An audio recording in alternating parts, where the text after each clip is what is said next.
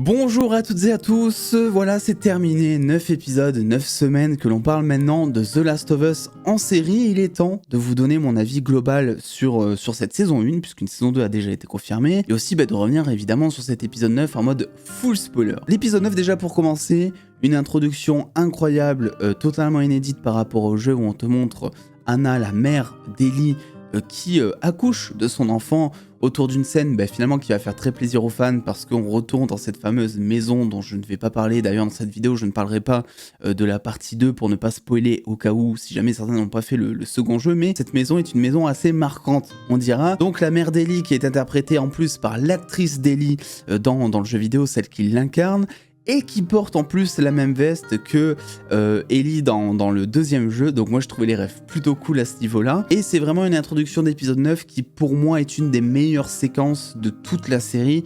On est sous tension, on est purement dans l'univers, dans l'ambiance de Last of Us, on comprend directement les enjeux. Pour preuve, c'est que la mère donc accouche d'Ellie sans même s'en rendre compte, alors que ça pourrait paraître, mais alors pas du tout réaliste, tant un accouchement normalement c'est censé souffrir, mais le stress est tellement présent, elle veut tellement défoncer ce zombie qui est en train de l'attaquer, qu'en vrai ça se comprend et t'arrives parfaitement à te prêter aux enjeux. Alors ils ont fait des petites modifications, ils ont pris des petits risques par moment, parce que oui, la série ne prend pas énormément de risques, mais quand elle en prend, moi je trouve que ça fonctionne, avec notamment le fait d'expliquer pourquoi est-ce que Ellie est immunisée, voilà, parce que sa mère s'est fait mordre alors que le cordon ombilical était encore attaché. Et ils ont aussi, en fait, je crois, de mémoire, il me semble pas que ce soit expliqué dans le premier jeu, ça, mais ils ont aussi expliqué le fait que Joel a voulu se suicider. Et moi, je me rappelais pas si c'était vraiment présent dans le premier jeu, ça.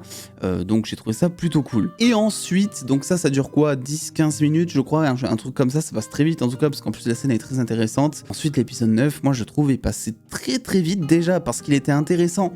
Et ensuite, parce que c'est l'épisode le plus court depuis le début de la saison 1, et je trouve aussi que là où la série prend un petit peu des risques par moment, et ça fonctionne comme je vous le disais, je trouve que ça manque un petit peu de risque pour cet épisode 9, parce qu'on sent justement la volonté de vouloir faire plaisir aux fans, de reproduire la scène telle quelle, sauf qu'on n'a pas le temps, et donc on rush un Pedro Pascal qui est à l'hôpital, preuve en est, déjà on est sur un montage hyper accéléré au moment où il va commettre ses tueries, et en plus d'un coup il s'est visé, alors qu'on te montrait justement dans les premiers épisodes que c'était pas non plus un tireur né, alors que là il va mettre des headshots, il va se prendre pour Rambo, etc. Ça va être n'importe quoi. Et je pense que, vu qu'ils avaient pas le temps de faire grand chose, et ça c'est le format sériel qui l'impose, je le dis depuis le début, c'est un des plus gros points négatifs de la série selon moi, qui aurait mérité 12 épisodes, 11-12 épisodes, et bien au lieu de refaire cette scène, je pense qu'ils auraient dû totalement réinventer cette scène pour que la tension soit présente, et pour que ça fasse pas trop rusher, parce que là c'est passé ultra vite, et en vrai t'as l'impression que ça y est, Pedro Pascal, Joel est devenu totalement invincible, il est tout seul face à une armée, certes c'est pareil dans le jeu vidéo, mais dans le jeu vidéo tu as le temps, tu galères un peu plus quand même pour buter, d'ailleurs il y a beaucoup plus de mecs aussi, mais tu galères un petit peu plus de mémoire. Et oui, on reste selon moi sur notre fin aussi, parce qu'en fait la série se termine quasiment, je crois, de la même manière que dans le jeu vidéo, et dans un format sériel c'est bizarre, moi je trouve, il manque, sans parler d'une scène post-crédit à la Marvel, mais il manque un petit truc qui va teaser la saison 2. Surtout que c'est pas comme si on n'était pas au courant, on le sait, ça a été officialisé quoi. Il manque un petit truc, il manque une étincelle qui te dise « Ah, j'ai trop hâte de voir la saison 2 justement ». Donc je trouve ça assez dommage, et j'ai un peu l'impression que pour cette fin d'épisode 9, ils se sont un petit peu reposés sur leur laurier en mode « De toute façon, les gens ils connaissent le second jeu, ils savent que ça va être masterclass ».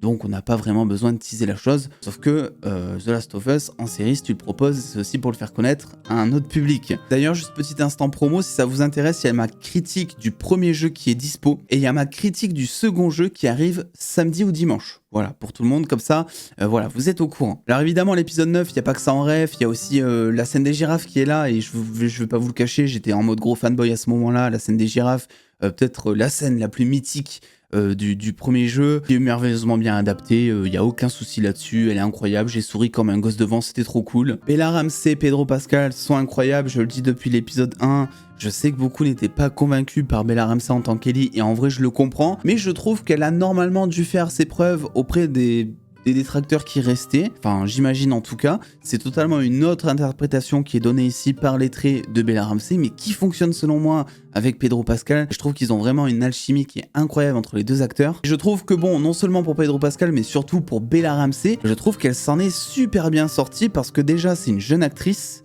Alors certes, elle joue dans Game of Thrones, etc. D'accord. Et là, elle adapte un des personnages les plus iconiques pour moi de la pop culture, quoi. Last of Us est considéré comme une masterclass et le personnage d'Ellie est considéré comme un personnage ultra iconique maintenant. Et c'est pas évident en vrai de te mettre dans la peau de ce personnage.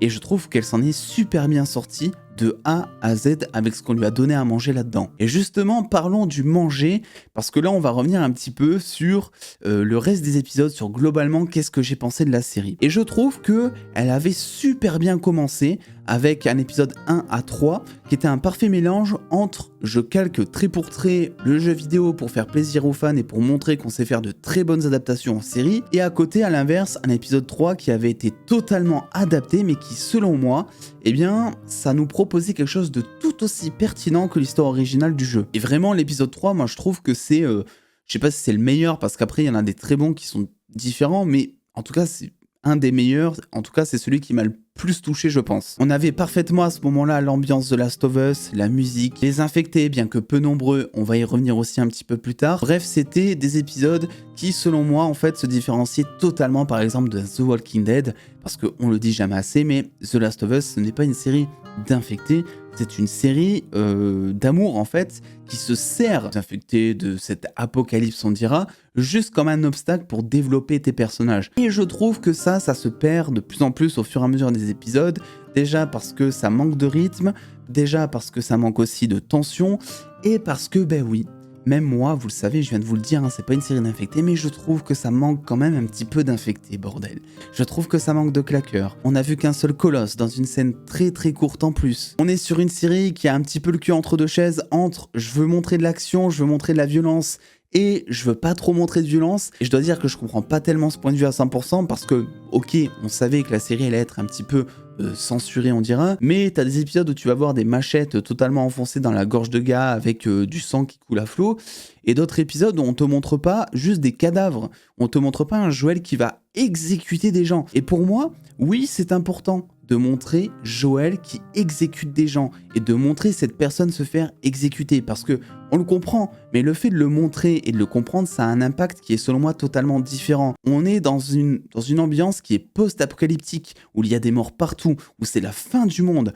Et j'ai l'impression que par moments, on n'assume pas tellement ce côté-là. Véritablement, il me semble que la seule exécution qui est montrée dans toute la série ou presque, c'est Pedro Pascal Joël qui tire sur Marlène dans l'épisode 9. Et encore, on la voit de dos, un petit peu dans l'ombre, etc. Mais tu la vois quand même se prendre une balle dans la tête. Donc voilà, je vais accorder cette exécution. Mais après, par exemple, quand Marlène va tirer sur Anna, la mère d'Ellie, on le voit pas.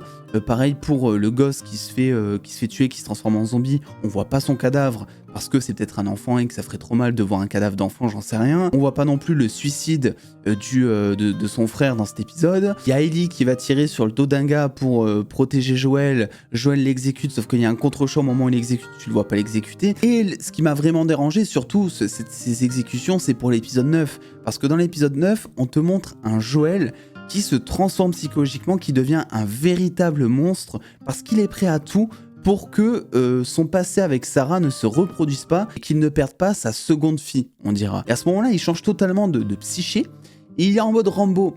Et le problème, c'est que tu le vois absolument pas exécuter des gens. Alors oui, tu le vois des fois tirer sur des gens en one-shot, hein, ça se fait vraiment de manière très non douloureuse, j'ai envie de dire très discrète, mais tu le vois quand même tirer. Mais à chaque fois qu'il est question d'exécuter des gens qui sont déjà à terre, ou comme par exemple ce soldat qui est désarmé, qui se rend en fait, eh bien tu ne le vois pas l'exécuter. Et pour moi, cette scène précisément du soldat qui se rend, tu aurais dû montrer le soldat se faire exécuter, parce que rien qu'avec ce plan, tu mettais juste celui-là à la rigueur, tu ressentais l'impact de la monstruosité de Joël qui était prêt à tout pour aller sauver Ellie. Et à côté de ça, franchement, j'ai passé un bon moment devant la série. Alors oui, il y a des petites pertes de rythme, etc.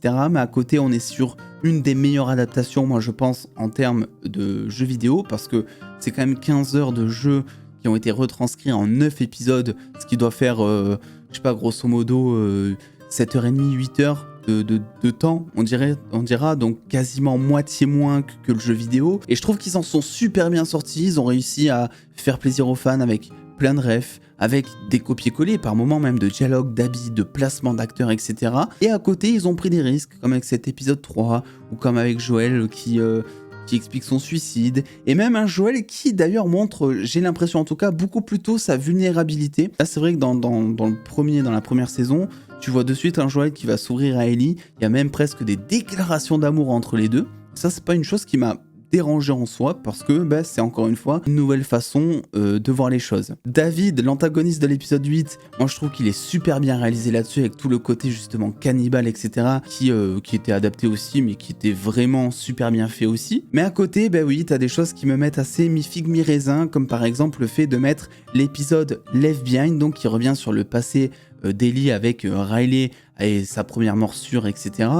Ça, ils te le mettent au moment en fait où t'es sous tension et où tu t'inquiètes pour Joël, etc. Donc on te l'incorpore en pleine péripétie. C'est vrai que des péripéties déjà, elles sont pas nombreuses, mais si en plus on te casse le rythme avec un épisode qui de base est un DLC, ça veut dire par définition un DLC, c'est que t'as déjà fini le jeu et ensuite ils te mettent une histoire qui est un petit bonbon de plaisir, on dira, parce que t'as déjà fini le jeu, et hop, t'as un petit coup de The Last of Us qui fait plaisir en plus, et qui, pour être honnête, le DLC, c'est pas non plus le truc le plus incroyable du jeu, c'est clairement pas...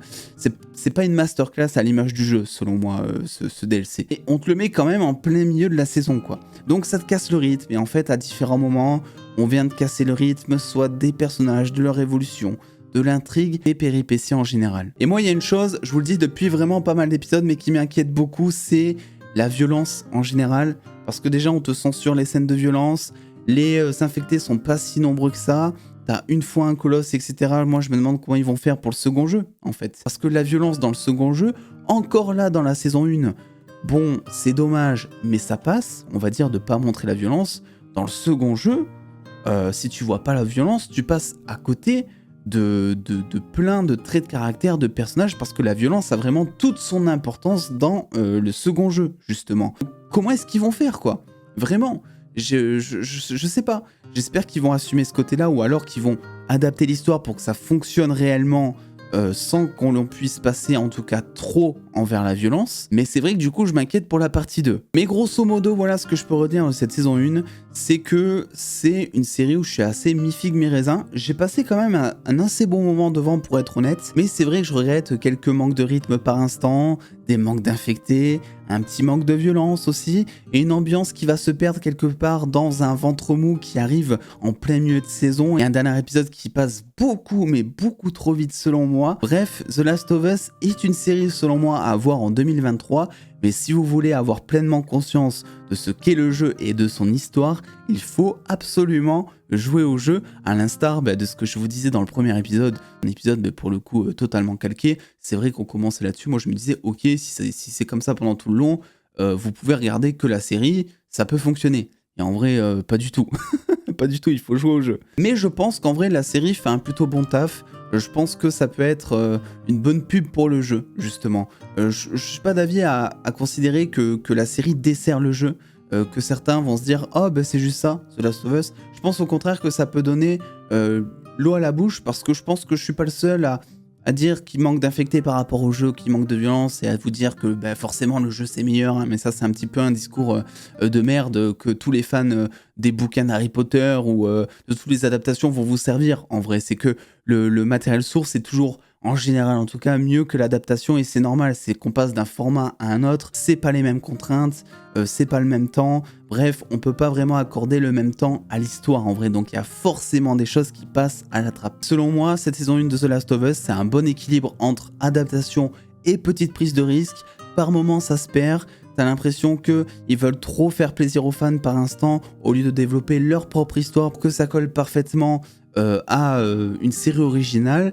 Mais pour le coup, même moi en ayant joué au jeu, j'ai plutôt kiffé. Écoutez, n'hésitez pas, vous, à me donner votre avis en commentaire. Qu'avez-vous pensé de cette saison 1 ? Est-ce que selon vous, il vaut mieux ne pas regarder du tout et jouer directement au jeu avant en tout cas de commencer la série ? N'oubliez pas de lâcher le pouce bleu, de vous abonner et même d'aller voir les critiques des épisodes un par un si jamais vous voulez avoir plus de détails sur un épisode en particulier sur la chaîne.